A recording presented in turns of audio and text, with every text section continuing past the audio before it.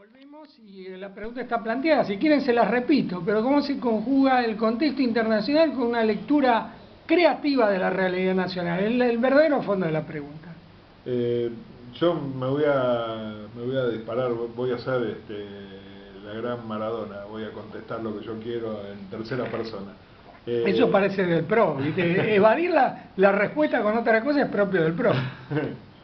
No, en algún momento un asesor de imagen me dijo en las entrevistas televisivas, radiales, me dice, te preguntan algo que no sabes, vos no digas no sé, contesta cualquier cosa. Pero son temas que no podés no saber. No, es que ya venía pensando antes de que vos hagas la pregunta en, bueno, el internacionalismo del Partido Comunista se expresa de tal manera que el primer secretario general del Partido Comunista Argentino fue Luis Emilio Recabarren, nada menos, que fue el fundador del Partido Comunista de Chile y también fue secretario general del Partido Comunista de Chile. Vittorio Codovilla, que era miembro de la Tercera Internacional, era italiano, y en estos momentos se me escapa, hubo un tercer secretario general de los primeros, que fue ¿Penelón puede soviético. ser? ¿Penelón no? No, Penelón no. Penelón fue el que lideró la primera fracción que se forma en el partido. No, hubo un soviético que de hecho murió en la Unión Soviética, fue comisario del pueblo de no sé qué zona cultural, en una región de Rusia. O sea, en ese momento también hay que pensar la cantidad de migrantes que había, que los militantes políticos en general eran migrantes, por eso existía la ley de residencia. Pero sin evadir y yendo a la pregunta que vos hacés, indudablemente, al menos hasta donde yo conozco en los posicionamientos que tuvo el partido aquí en Argentina, siempre hubo una especie de mirar más la política internacional que la nacional. Hubo malas lecturas de la realidad, de hecho hay escritos de la década del 30 donde se caracteriza al irigoyenismo como una dictadura. Hay, bueno, la posición que decía el compañero acerca de... ¿El Partido Comunista llegó a colaborar con la dictadura que sucedió? ¿Llegó a favorecer el golpe? No, el Partido Comunista se ha caracterizado por hacer malos análisis, pero una cosa que estoy seguro es que jamás tuvo colaboradores ni en torturadores ni asesinos en las fuerzas represivas, jamás fueron comunistas. Sí hubo cuando dejaron de serlo, como en estos momentos que hay funcionarios del PRO que en algún momento fueron miembros de la Juventud Comunista, como Hernán Lombardi y como Jorge Sigal. Hernán Lombardi fue al encuentro de las juventudes, no me acuerdo si era comunista o combativas en Corea del Norte. Como invitado. Hernán Lombardi fue siempre un dirigente de la Juventud Radical. Sí, el bolista Jorge Sigal fue miembro de la FEDE, fue dirigente de la FEDE y es una de las personas que se han quebrado como tantos dirigentes y representantes. También Nardowski, y también uno puede decir que hubo personas que construyeron el trotskismo en Estados Unidos, que fue una expresión muy fuerte y que después terminaron siendo integrantes de la CIA, esto reconocido, digamos, es decir, esto no podría significar que Trotsky fue de la CIA, pues no lo fue, ni nada por el estilo. Digamos, a pesar de lo que decía Liborio Justo. Pero digo, justamente, en verdad lo que muestra es la quebrazón individual de algunas personas, sin lugar a dudas. Yo, si se me permite, quería interrumpir con lo que preguntaba Raúl. Claramente, la principal herramienta que instituye el golpe del 30 es la sección especial de lucha contra el comunismo. Para que nos demos una idea de cuál podía ser el vínculo del golpe del 30 con el comunismo. Carlos Silveira, el autor del anticomunismo en la Argentina, hombre de la policía y el intelectual orgánico de la persecución a los comunistas de aquellos años, es el hombre que construye la figura del infiltrado policial en las organizaciones obreras y populares. Por otro lado, Raúl me presentó a mí como militante por los derechos humanos, que lo soy, porque soy integrante del primer organismo que hubo en la Argentina y en América Latina, que es la Liga Argentina por los Derechos del Hombre, fundada a instancia del Partido Comunista como una herramienta para hacer frente a las rémoras de ese golpe, a la persecución sistemática a militantes anarquistas, socialistas, comunistas, trotskistas, porque ya esto en el año 37 ya se había dado la fracción hacia el interior de tanto del Partido Comunista Soviético como de los partidos comunistas en todo el mundo, digamos, y estaban los discípulos de León Trotsky, digamos, y todos ellos eran los perseguidos sistemáticos del poder. Ya no estaba la dictadura, eran los gobiernos fraudulentos de la concordancia, y la Liga nace allí como herramienta para como práctica defensiva, básicamente en los términos jurídicos y de la solidaridad personal, pero también como una herramienta política para construir esta idea de derechos, por eso del hombre, porque todavía incluso primaba la concepción burguesa de los derechos del hombre propia de la Revolución Francesa. Pensemos que el concepto de derechos humanos como elemento jurídico aparece en 1948 como respuesta al nazismo, ¿no? Como respuesta internacional al nazismo. Siguiendo un poco lo que decís, hay que pensar la creación de la Liga y el anterior congreso antifascista de escritores que hubo en el año 35, que fue el primer antecedente. ¿Dónde fue ese congreso? Aquí en Argentina. Participaron escritores muy importantes que eran miembros del Partido Comunista Argentino, como Emilio Troise, Aníbal Ponce, etcétera, ¿no? La Liga se funda justamente, como bien decía Oli, como una herramienta de defensa de los derechos del hombre, y casi en simultáneo, porque al año siguiente se hizo el primer encuentro nazi más grande del mundo fuera de Alemania, que se hizo aquí en el Luna Park, para tener una idea, ¿no?, de lo que era Argentina, esa dualidad que existía en ese momento, y también para poner un poco en contexto la posición del partido en relación a la Unión Democrática, ¿no? El nazismo era fuerte en Argentina, no era joda, digamos, ¿no? Llenar el Luna Park. Esto para reforzar más allá de eso, había una colectividad alemana importante y vastos sectores de la colectividad alemana simpatizaban con el eje, con el Tercer Reich. Sí, sí. Pero yo creo que Oli se piantó de la pregunta. Entonces le voy a insistir en que me diga si en los primeros 15 años el Partido Comunista tenía un análisis de la realidad argentina o era un simple repetidor de lo que se decía desde Moscú.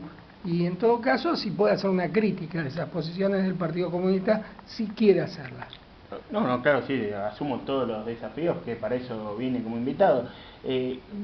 Con lo último te puedo decir que no, que mero repetidor te puedo asegurar que no, porque las luchas tenían el carácter de nacionales, digamos, en la Patagonia Trágica, en la reforma universitaria, digamos, tenían carácter claramente nacional. Es obvio que sí era un partido que veía en la Unión Soviética la vanguardia, una línea objetivo-subjetiva, la vanguardia y la retaguardia de la avanzada de la Revolución Mundial, y que en ese sentido sí estaba atada muy fuerte. De hecho, su nacimiento, mismo lo dijo Patricio, lo reiteramos, ¿no? Su nacimiento como Partido Socialista Internacional, digamos, era un destacamento de carácter local de una vanguardia internacional, también lo señalaba Marcelo. Era la sección argentina de la Tercera Internacional, exactamente, que claramente, y ese era el concepto que primó en ese marco, desde todas las corrientes que había, los penelonistas, todos adscribían a esto. Es cierto que hubo dirigentes que tuvieron un carácter muy nacional, yo mencioné y lo tomó Raúl, el caso de Mariátegui, y podemos sumar uno un poquito posterior, pero que es fundamental en la historia de los comunistas, que estoy hablando de un brasilero que se llamó Luis Carlos Prestes, y su columna Prestes, cuyo frente fue la Alianza Libertadora Nacionalista, digamos, es decir, con el nombre que tomaron una agrupación bastante más de derecha aquí, aunque participaron interesantes personajes como Rodolfo Walsh o Rogelio García Lupo, pero digamos, es decir, claramente desde una perspectiva donde la política nacional y el vínculo con lo nacional era más fuerte que el que asumió siempre el Partido Comunista Argentino. Estoy pensando en esto que vos decís, digo, estos dos personajes, Codovila y la dirección del Partido Socialista Internacional, el Partido Comunista Argentino, estuvieron enfrentados con Mariátegui, no así el caso de Prestes. Rodolfo Scioli, que fue uno de los fundadores del Partido Comunista Argentino, estuvo preso junto a Prestes por haber participado en su columna, ¿no? Exacto. Esto muestra las contradicciones propias de la lucha, ¿no? Me parece que hay que asumir esto. Sin lugar a dudas hubo exceso o riguroso celo en vincular las cuestiones con los intereses de Moscú o de la Unión Soviética. No cabe ninguna duda. Esto incluso lo hemos discutido más de una vez con Marcelo, esta cuestión de bancar desde el partido cuestiones de Estado de la Unión Soviética, que eran cuestiones de Estado y no cuestiones políticas, digamos, en cuanto a lo ideológico, yo creo que sí, que hubo algo de error. También, reitero, el concepto es que en ese marco, que era también un marxismo muy positivista, que estaba en todas las secciones del marxismo y del comunismo internacional. En el propio Marx. En el propio Marx, por eso, pero digo, decir, era que la Unión Soviética había que defenderla a capa y espada. Y si a mí me preguntan, yo cuando en el año 89 se empieza a caer el mundo socialista y la disolución de la Unión Soviética, hubo sectores de la izquierda, compañeros, que festejaron como que ahora se venía el socialismo, y lo que vemos es que bien lejos estuvimos de decir que la caída de la Unión Soviética ha empeorado el mundo, lejos de mejorarlo. Digamos, no vino ni más socialismo ni cuentos, sino que lo que vino fue el capitalismo más feroz. La historia para atrás, ¿no? En ese momento yo estaba en crisis con el partido, y con un grupo de compañeros que terminamos yéndonos en el año 91, definimos a la perestroika finalmente como una inmensa revolución anticomunista de masas, peleándonos con todo el mundo en ese momento. Bien, le iba a dar justamente la palabra a Marcelo para que opine de esta cuestión. Me parece que para poder entender un poco, darle un marco a la pregunta que haces, me parece que hay que entender la concepción de la Revolución Rusa desde su inicio, cuando denuncia el acuerdo Sykes-Picot, que Rusia como potencia de tercer orden participa. La revolución bolchevique publica y hace público ese acuerdo espurio donde se reparten todo el Medio Oriente las potencias occidentales.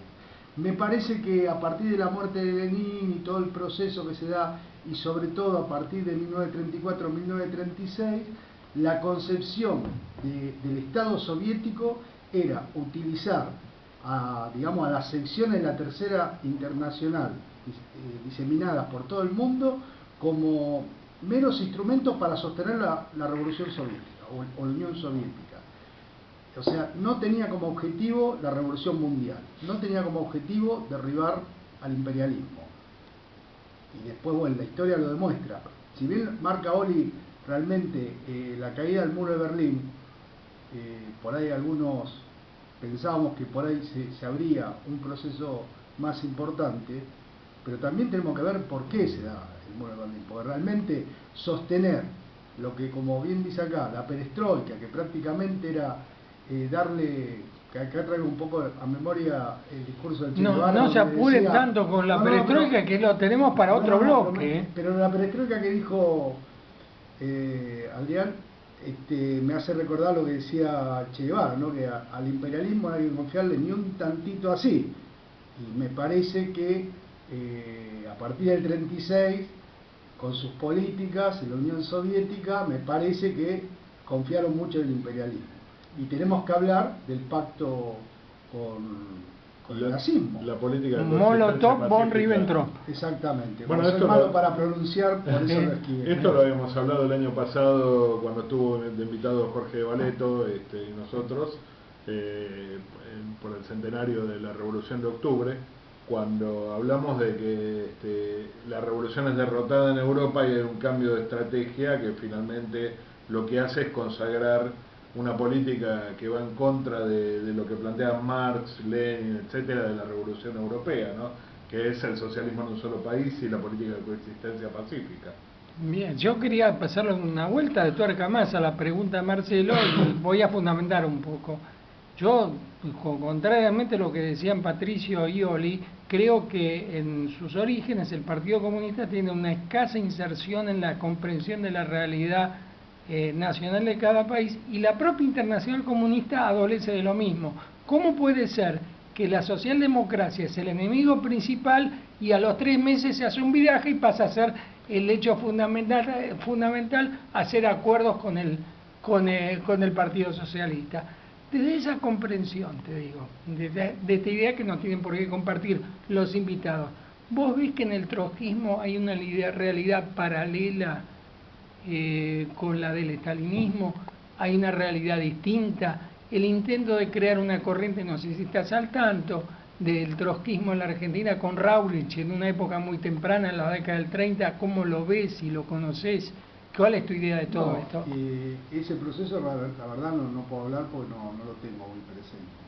Yo lo que te puedo decir de que me parece que el trotskismo, lo que me parece inició es una discusión política.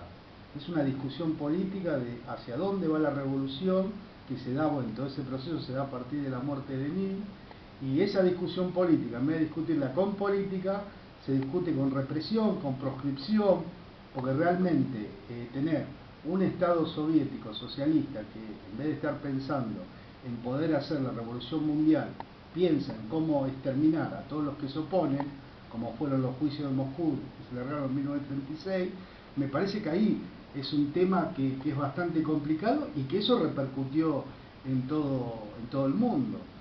Y entonces yo creo que el trotskismo tiene una visión de combatir el capitalismo y de hacer la revolución mundial, con sus errores, todo lo que podamos discutir, pero es una visión, y creo que políticamente, sobre todo por ahí, se empieza a expresar más a partir de 1983,